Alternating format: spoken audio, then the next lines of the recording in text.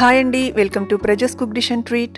ఈరోజు నేను మీతో షేర్ చేసుకోబోయే recipe tasty and healthy veg starter garlic butter mushroom fry.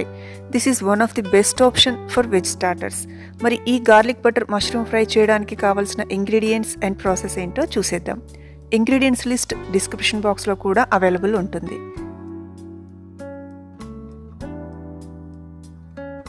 ముందుగా స్టవ్ వెలిగించుకొని ఒక వెడల్పాటి ప్యాన్ కానీ కడాయి కానీ పెట్టుకోవాలి. ప్యాన్ హీట్ ఎక్కిన తర్వాత అరౌండ్ 60 to 70 grams బటర్ వేసుకొని కరిగించుకోవాలి. బటర్ కరిగేటప్పుడు stove flame medium or below మీడియంలోనే పెట్టుకోవాలి. బటర్ మొత్తం మెల్ట్ అయిన తర్వాత 2 teaspoons ఆయిల్ వేసుకోవాలి. ఆయిల్ వేయడం వల్ల మష్రూమ్ ఫ్రైకి మంచి షైనీ లుక్ వస్తుంది. ఇప్పుడు వాష్ చేసి ఎడ్జెస్ కట్ చేసినటువంటి బేబీ మష్రూమ్స్ని వేసుకోవాలి. మష్రూమ్ సైజ్ కనుక పెద్దగా ఉంటే హాఫ్స్ కానీ 4 parts కానీ చేసుకోవచ్చు. మష్రూమ్లోంచి వాటర్ మొత్తం రిలీజ్ అయ్యే వరకు కలుపుతూ అరౌండ్ 3 to 4 minutes వరకు ఫ్రై చేసుకోవాలి.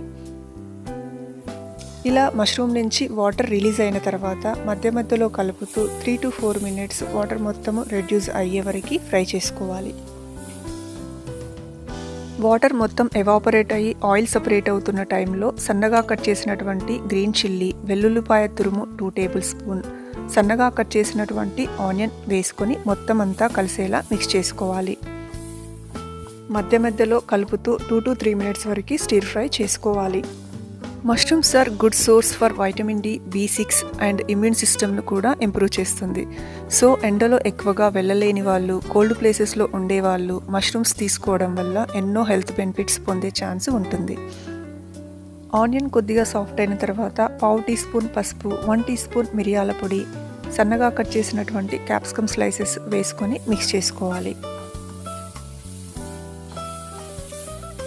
మీడియం ఫ్లేమ్లో క్యాప్సికమ్ కొద్దిగా సాఫ్ట్ అయ్యే వరకు 2 minutes కుక్ చేసుకోవాలి.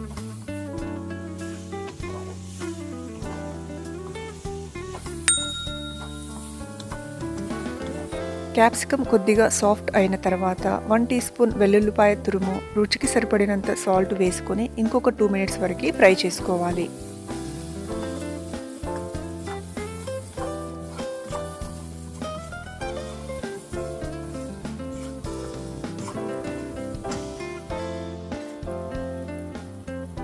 చివరగా సన్నగా తరిగినటువంటి కొత్తిమీర కొద్దిగా చల్లుకొని 1/2 నిమిషం పాటు ఫ్రై చేసుకోవాలి.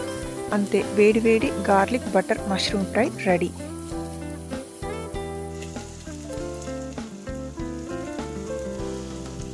ఇప్పుడు స్టవ్ ఆఫ్ చేసుకుని ఒక ప్లేట్లోకి సర్వ్ చేసుకుందాం.